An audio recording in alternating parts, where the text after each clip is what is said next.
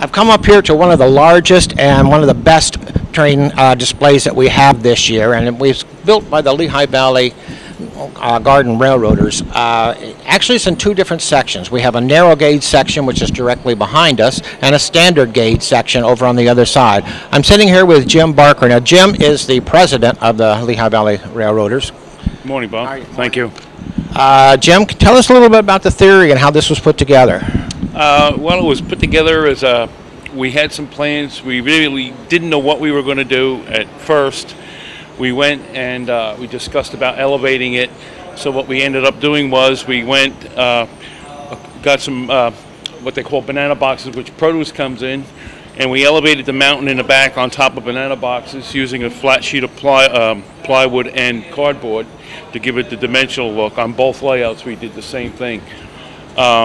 And we just kind of improvised as we went, using trees from the members and buildings and villages and houses and such from different members.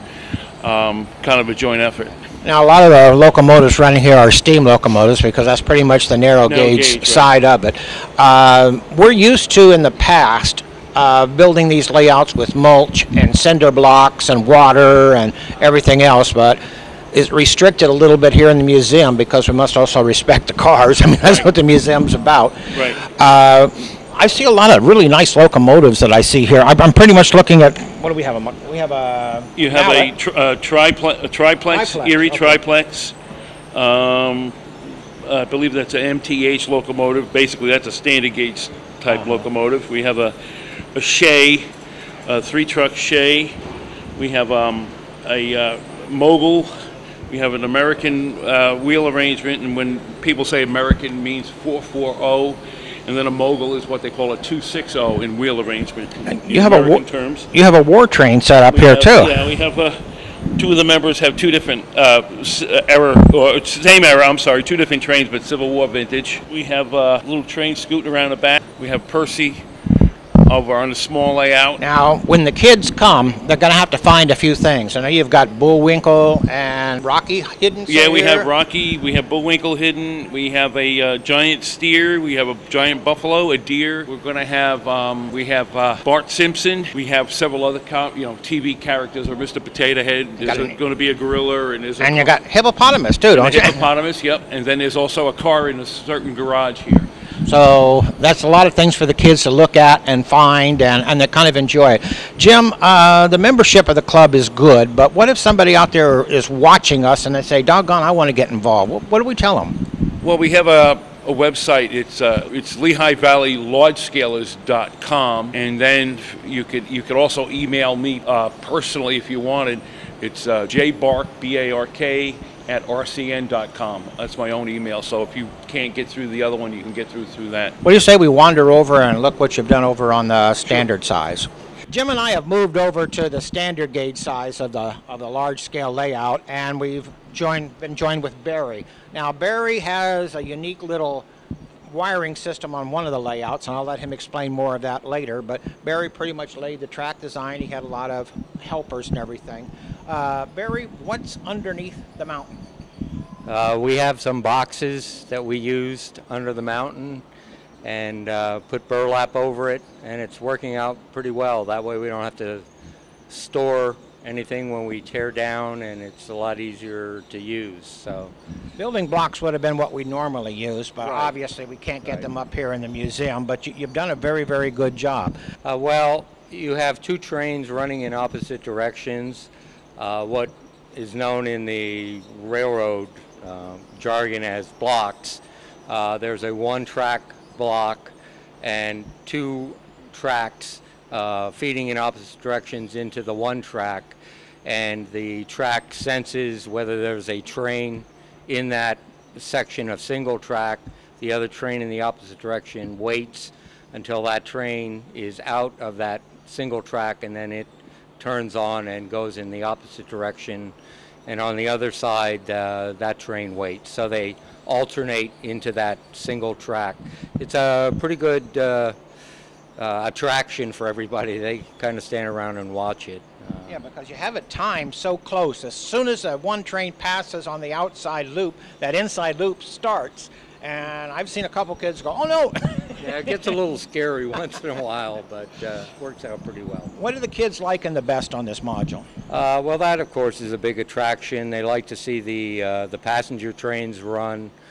We have one member that enjoys running very long trains, usually on the weekends. So if you want to come see 20 and 30 car trains run, Saturday and Sundays are good days to come to see that. But I think they enjoy pretty much everything here. And of course the other side is very interesting also. So, but I think the passenger trains are one of their big attractions.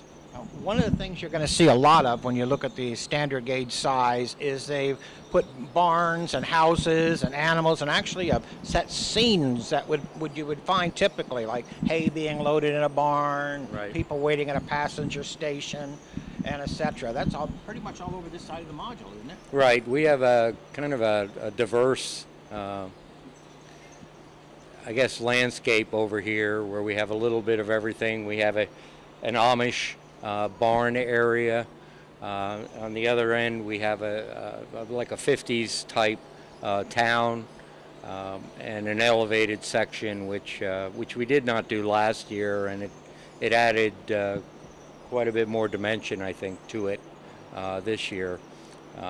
So there's quite a bit to see if you come out to see it. That's pretty good. I've been asked several times, and I give them my standard answer of 1,000. They always ask me, how many feet of track you got? Well, that's probably a good estimate. Really? I was There's right a once? lot. I was right once? There's a lot, and it took us about a week to put it down, and we had a lot of help from our members, and it's always appreciated when we get our members to come out and help. And that. Jim, you want to say anything about the club or anything else before we leave? We're always looking for new members. We're looking for new It was a lot of fun. It came together pretty good. I mean, considering the time and the way we came up with the idea and Barry's track idea and diagram and that. So we're very pleased with it, the way the mountains turned out too, especially. Now, the reason this club is here is to encourage you to get in the season and the mood for Christmas.